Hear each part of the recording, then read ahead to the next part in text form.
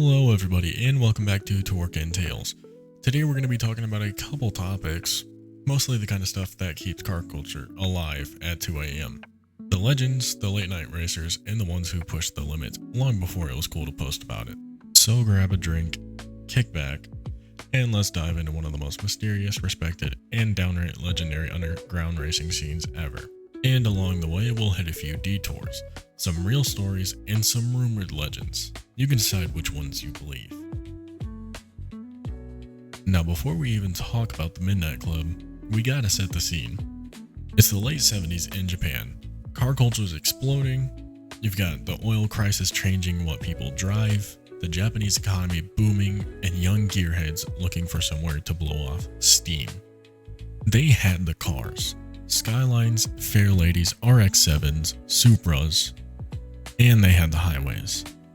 Long, flat, and smooth. The Shuta Expressway, especially the Wangan stretch. That's where the magic happened. Now back then, racing on public roads wasn't organized. It was chaos. Random highway battles, no rules, no codes, and definitely no respect between drivers. So the Midnight Club, it wasn't born out of ego. It was born out of a need for discipline.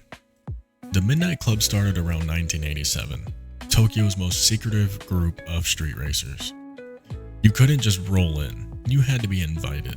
And before you could even wear that name on your car, you had to prove you could drive at over 160 miles per hour, safely in traffic. Their motto was something along the lines of no passengers, no accidents, no excuses. They treated it like a brotherhood. They were the cleanest, most controlled, and most skilled street racers on the planet. Not wannabes with loud exhausts. You crashed? You were out. You bragged? Out. You talked to the press? Out. It wasn't about fame. It was about respect. Now the cars themselves, those were legends on wheels. You had the Porsche 930 Turbo, known as the Blackbird, and the Nissan Skyline R32 GTR, the so-called Devil Z.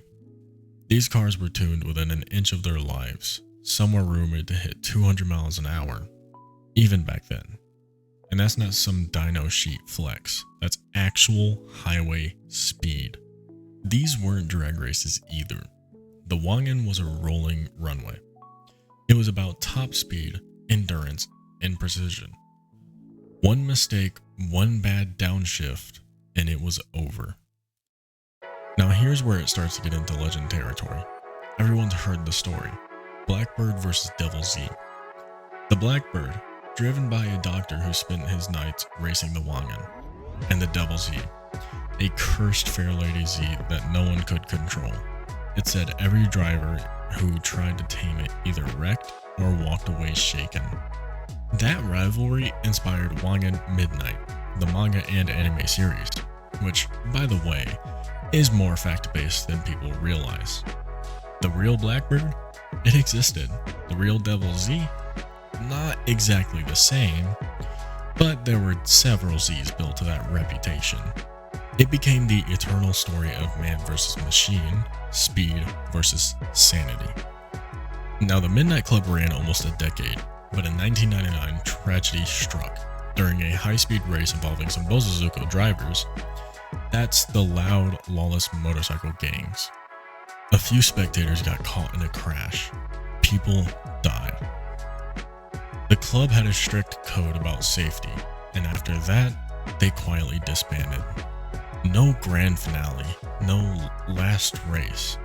They just disappeared. To this day, nobody's ever confirmed who they were. The stickers, the cars, the drivers, all gone.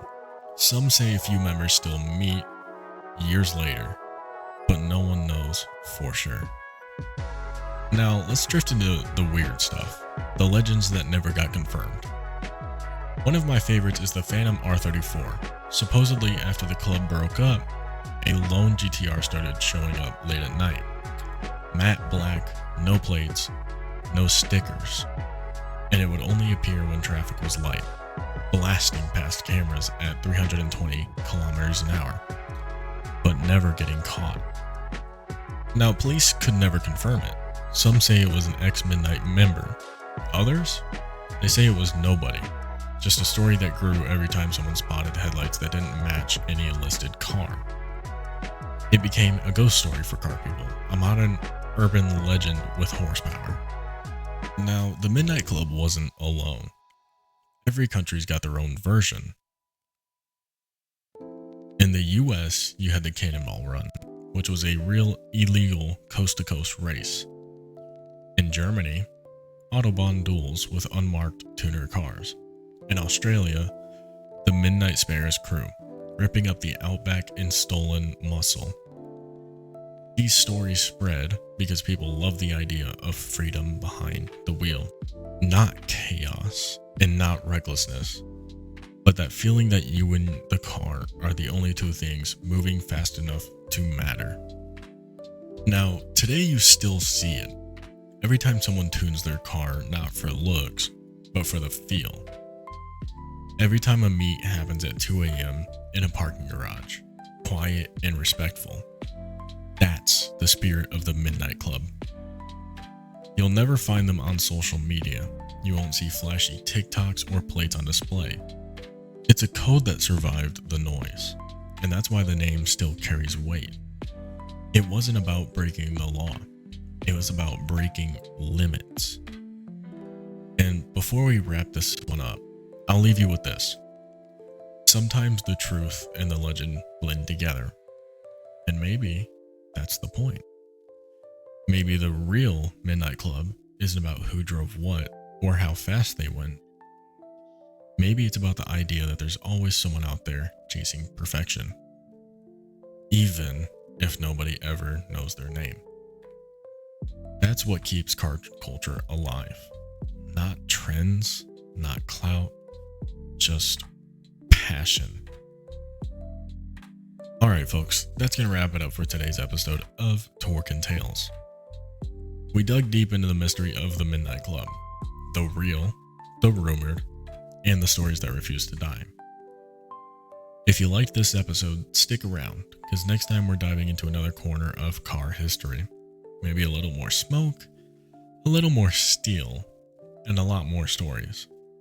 This is Bastion, and until next time, keep it between the lines and keep the stories alive.